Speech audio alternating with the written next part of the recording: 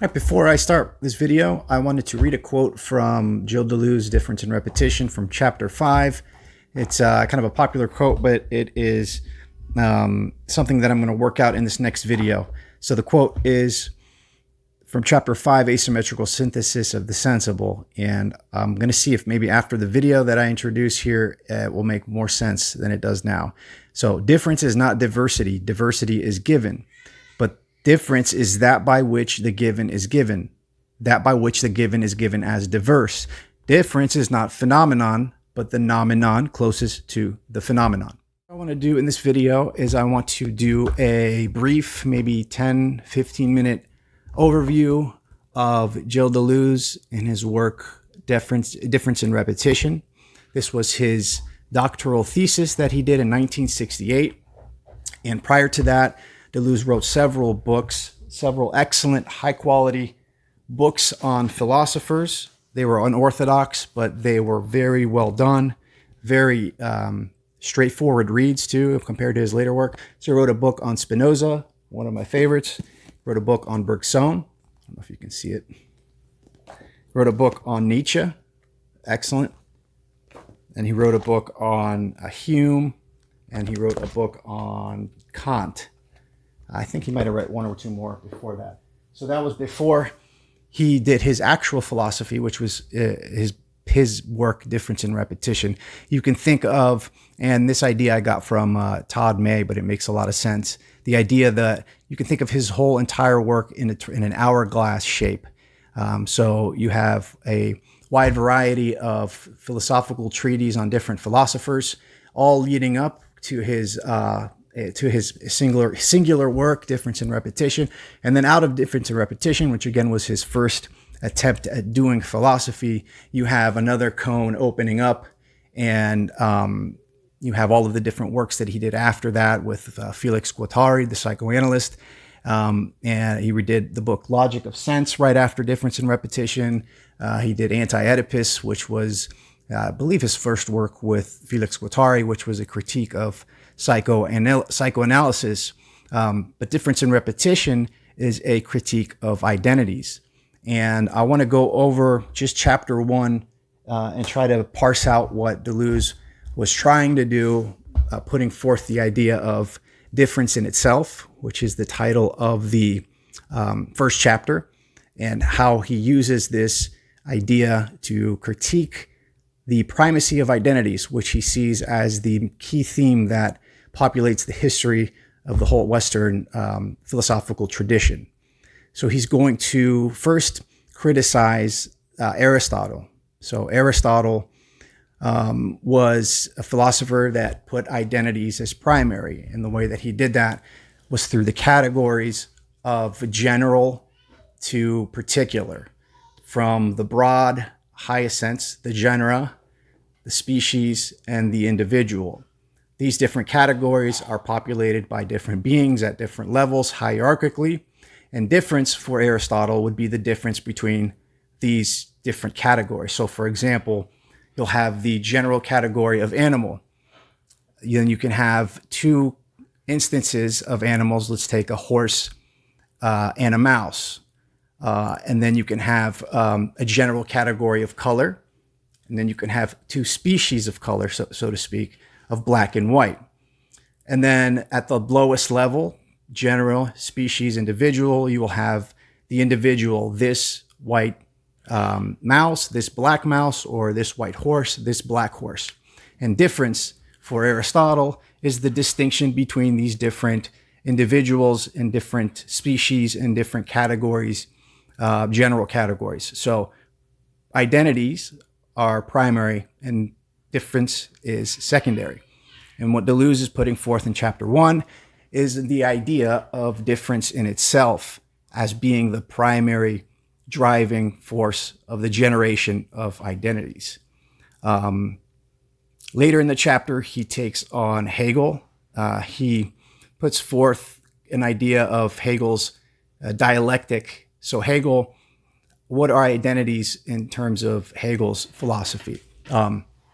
So through history, identities, beings, states of affairs are manifest through the dialectic. So the dialectic is the thesis, the antithesis, and the synthesis. The thesis is the being or the identity. And over time, because of change and because of the movement of history, identities contain within them a contradiction. And as that contradiction manifests, you have the antithesis, which is the negation of the thesis, the negation of the identity. And then you have the synthesis, which is the resolution of the contradiction. And that is the movement of history, is through this dialectical process.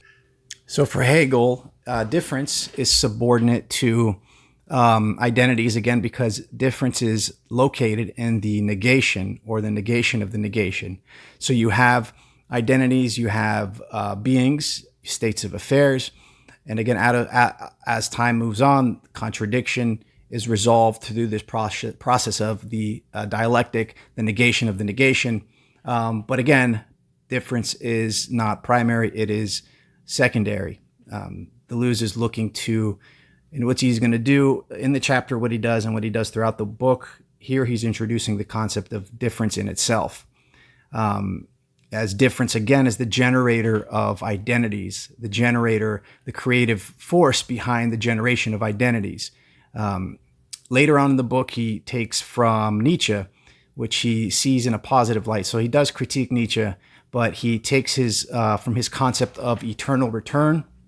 There is the ethical understanding of the eternal return, which is how one would and could live one's life by any action that you take. Have the idea that what if I was doing this action eternally and it was repeating, it was eternally returning as this action, that I would repeat it forever. Would I still do the action that is in front of me?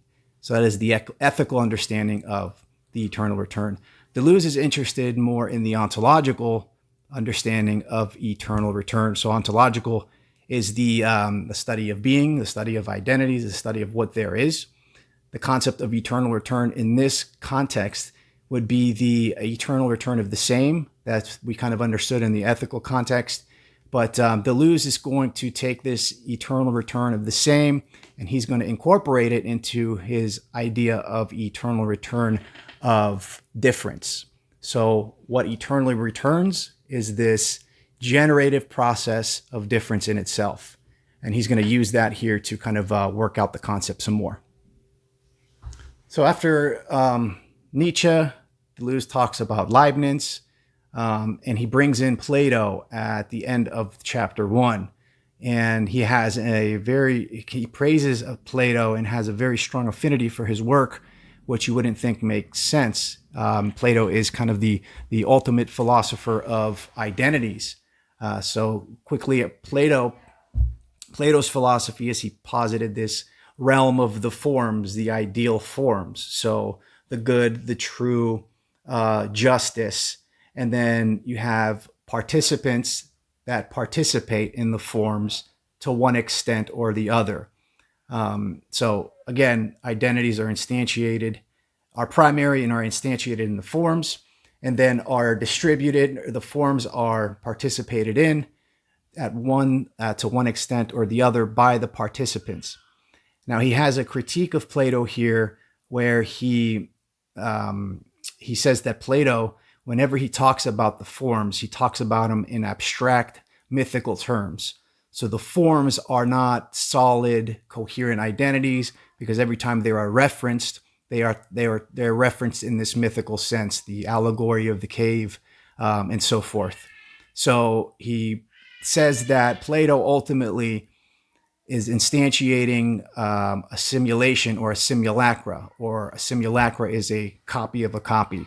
So the participants are not participating in the forms as the structure or identities. They are participating in a simulacra or a simulation. He later says in the chapter that Plato leaves open a overturning of Platonism in his work. And later he will do that he kind of inverts the realm of the forms, and he does that in later chapters.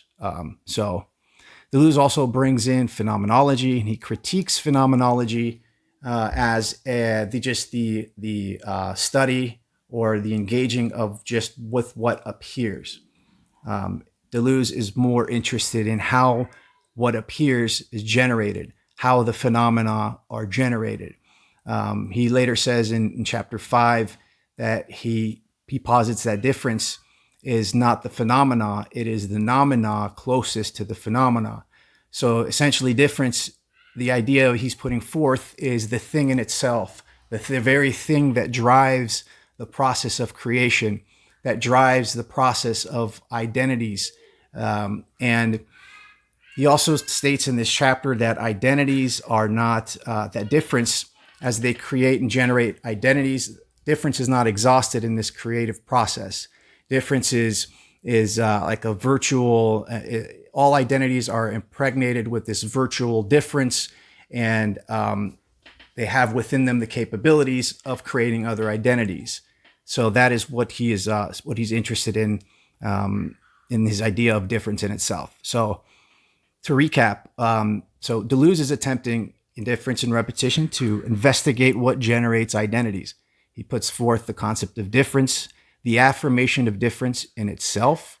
He criticizes Aristotle for making identities primary and difference is secondary. He criticizes he criticizes Hegel for subordinating difference to the negative, the negation in the dialectic.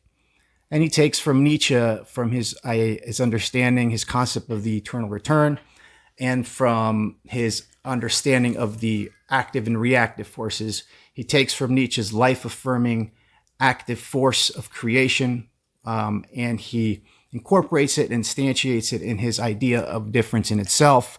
And difference in itself is this process which drives the formation of identities.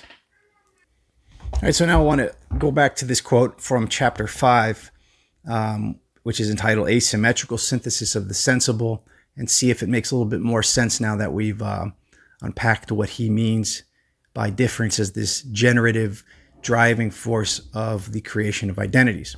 So he says, this quote is from chapter 5, difference is not diversity.